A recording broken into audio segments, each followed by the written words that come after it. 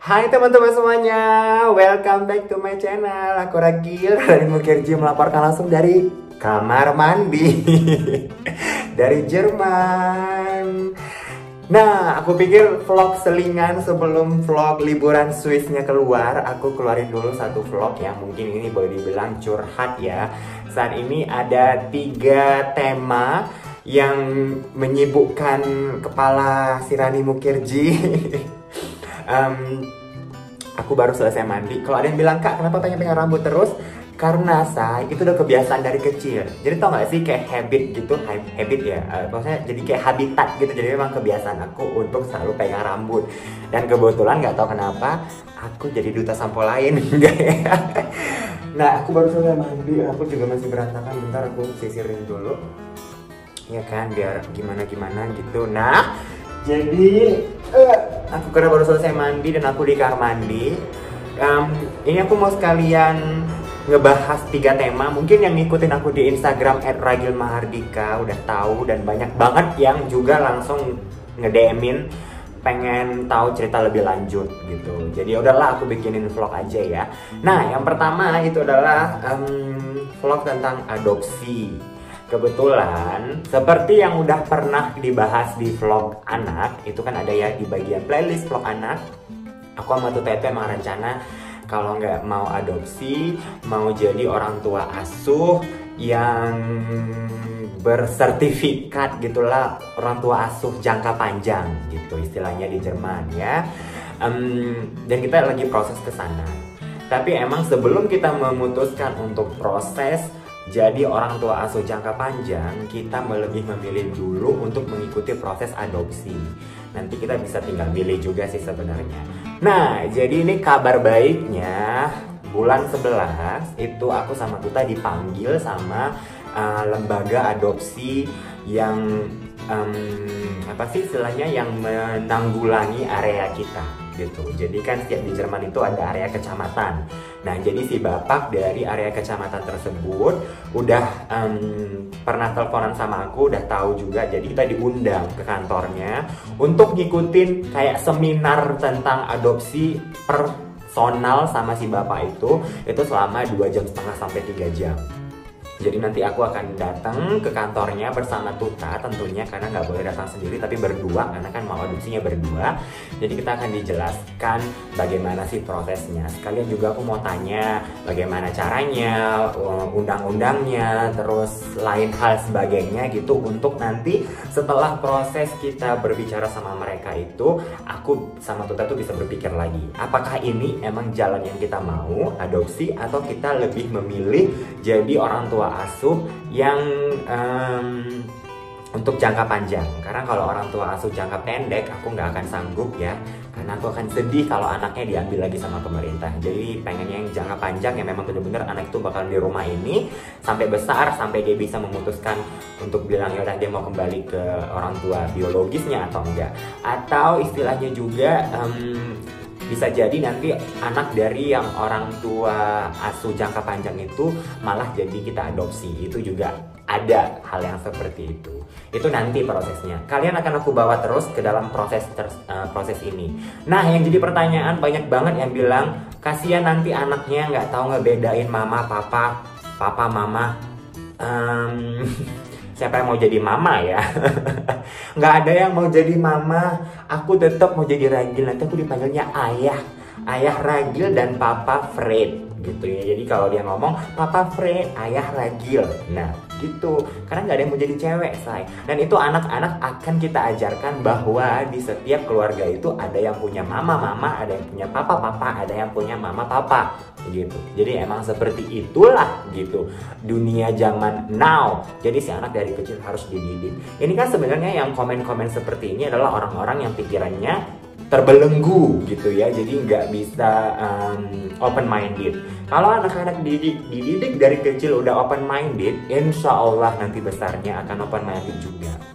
Jadi kalau ada lagi yang bilang nanti anaknya kasihan, nanti anaknya diperkosa, berapa banyak sih orang tua di Indonesia ya, bapak-bapak memperkosa anak? Kenapa kalian nggak pernah mempermasalahkan itu? Ayo, kenapa nggak bilang nggak usah punya anak deh yang baru nikah, nanti juga anaknya diperkosa? Nah, kalau aku baca berita itu ya, seorang ayah memperkosa anak, seorang ibu membunuh anak, seorang ayah memperkosa anaknya hingga bunting, hamil. Itu kan nggak pernah masalahkan. Jadi saya jangan seujon ya. Itu kalau memang aku jahat ya, nggak perlu anak aku sendiri atau anak adopsi. Anak-anak di luar sana juga banyak yang bisa aku telanjangi atau aku perkosa.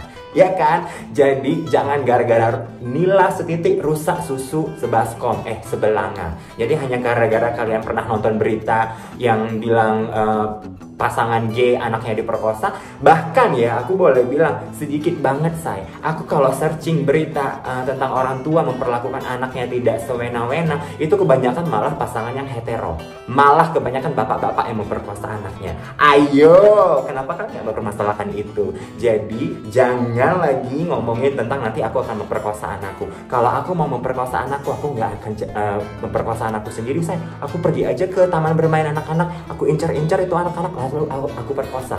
Gampang kan?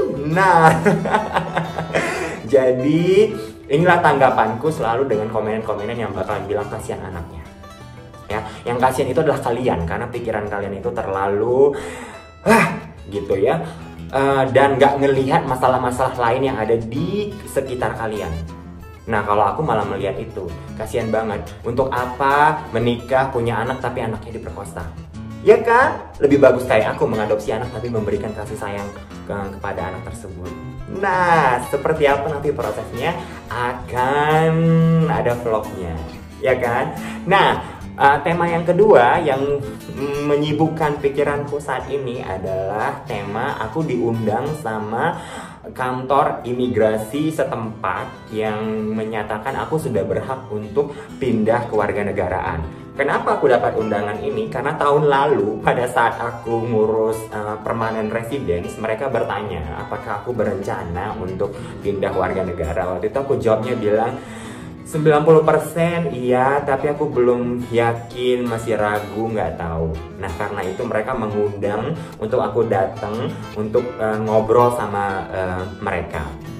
Ini juga akan terjadi beberapa hari ke depan, aku akan datang untuk memenuhi panggilan. Ini belum tentu aku akan pindah warga negara, tapi aku hanya disuruh datang untuk ngobrol gitu. Memang persyaratan untuk pindah warga negara yang akan aku sebutkan sebentar lagi itu memang sudah aku penuhi ya. Yang pertama sudah 8 tahun tinggal di Jerman lebih tanpa ada jeda sama sekali. Jadi aku kan walaupun pulang ke Indonesia untuk liburan, tapi aku nggak ada jeda sama sekali di Jerman ya. Yang kedua, aku lulus sekolah Ausbildung di Jerman, berarti aku sudah tahu bagaimana caranya tinggal di Jerman dengan segala macam kompleksivitas asuransi, pendidikan, dan juga tentang pemerintahannya. Jadi aku nggak perlu ikut kursus imigrasi lagi. Yang ketiga, aku punya kerjaan tetap di mana aku tidak mendapatkan uang dari negara Jerman, tapi aku punya uang sendiri, menghasilkan uang sendiri, dan aku juga ambil alih dalam pembayaran pajak dan pembayaran asuransi sosial yang ada di Jerman. Terus yang berikutnya juga bahasa Jermanku sudah dianggap mampu. Terus yang berikutnya udah nggak ada lagi hal-hal yang menghalangi aku untuk mendapatkan kewarganegaraan Jerman, yaitu juga aku sudah punya permanent residence, karena itu salah satu syarat juga ya.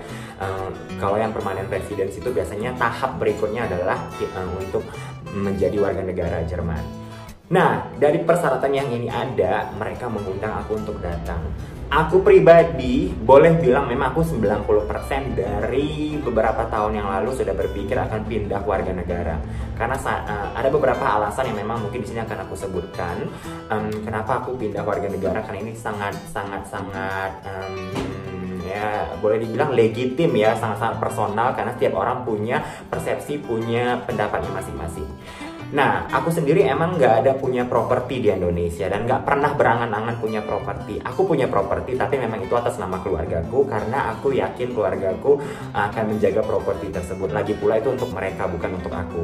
Aku kalau pulang ke Medan, aku bisa nginep di hotel, di villa, dimanapun. Jadi aku nggak perlu rumah. Yang perlu rumah itu adalah orang tuaku dan adikku. Jadi aku sumbangkan rumah itu untuk mereka. Jadi mereka menjaga rumah itu. Kalau mereka mau jual itu hak mereka, tapi mereka nggak akan punya rumah lagi dan aku nggak akan ngebangunin rumah kedua di Medan, dan itu mereka tahu. Jadi aku memang nggak pernah berangan-angan punya properti lagi di Indonesia. Jadi masalah properti istilahnya dalam bahasa Jerman itu abgehakt. Si Ragil emang nggak pernah mau punya properti.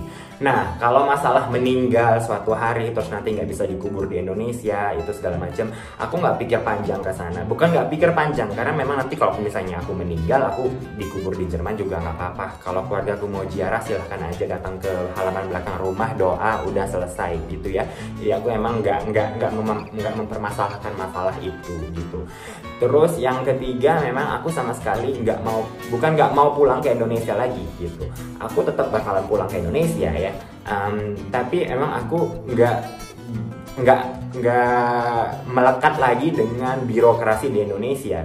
Ini yang mungkin bikin aku bilang ya udahlah, untuk apa aku masih pemegang paspor Indonesia kalau aku memang sama sekali nggak ada nyumbang lagi untuk negara Indonesia secara birokrasi gitu. Nah, terus kalau ada yang bilang nanti urusannya jadi makin ribet kalau di Indonesia misalnya entah mau jadi apa gitu. Aku sama sekali nggak pernah berpikiran untuk berkarir ke Indonesia lagi gitu. Kalaupun ada undangan dari pemerintah untuk jadi pembawa seminar ini segala macam, itu tetap bisa aku lakukan dengan status warga negara Jerman. Terus kalau ada yang bilang nanti kalau udah tua mau kemana? Aku pikir orang Jerman banyak banget yang udah tua juga menghabiskan masa tuanya selama mereka sehat di Bali, di Thailand, di mana-mana.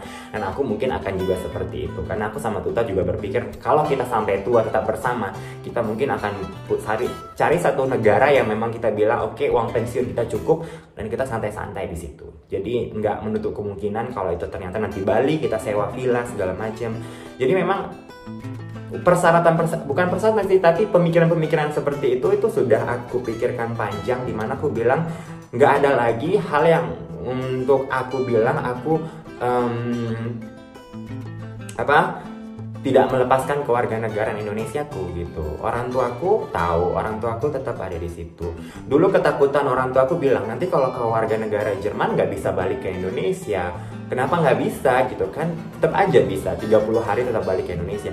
Oke, di masa pandemi seperti ini memang aku orang Jerman nggak bisa masuk ya. Aku sebagai pemegang paspor Indonesia masih bisa pulang ke Indonesia kalau memang misalnya aku mendadak harus pulang. Saat ini tentu susah. Tapi berapa puluh tahun sekali sih ada pandemi gitu ya. Mungkin ini pandemi terakhir kali dalam kehidupan masa jangka panjang di mana aku hidup, dan gak ada pandemi berikutnya. Kalau kita selalu bilang berandai-andai, jikalau seandainya kita nggak akan maju-maju, prinsip aku. Kenapa kalau kita bilang ya nanti kalau itu rumah dijual sama adikmu gimana? Ya itu urusan dia gitu. Kalau dia jual rumah itu dia nggak punya rumah lagi, sedangkan aku masih punya rumah di Jerman, ya kan? Yang tidur di emperan siapa? Dia, bukan aku gitu. Jadi aku hidup saat ini tapi tetap berpikir ke depannya, tapi nggak selalu pakai jika gitu. Karena menurut aku kalau jika seandainya mungkin aku nggak bakalan sampai di titik yang saat ini. Nah, jadi masalah kewarganegaraan ini juga sudah boleh dibilang aku sudah 90% bakalan mengarah ke sana. Nah, nanti prosesnya seperti apa akan aku bawa kalian juga di vlognya, sampai nanti aku pegang paspor merah juga akan aku bawa vlognya. Kalau ada yang bilang nggak cinta sama Indonesia, itu salah besar ya. Mau berpaspor apapun, kalau masalah cinta sama negara kita juga tetap aja cinta. Karena walaupun nanti aku berpaspor Jerman, tetap aja aku akan mencintai produk-produk Indonesia, tetap akan mencintai lagu-lagu Indonesia, tetap akan menyukai lagu-lagu dangdut, lagu-lagu daerah, makanan khas, ciri khas daerahku segala macam.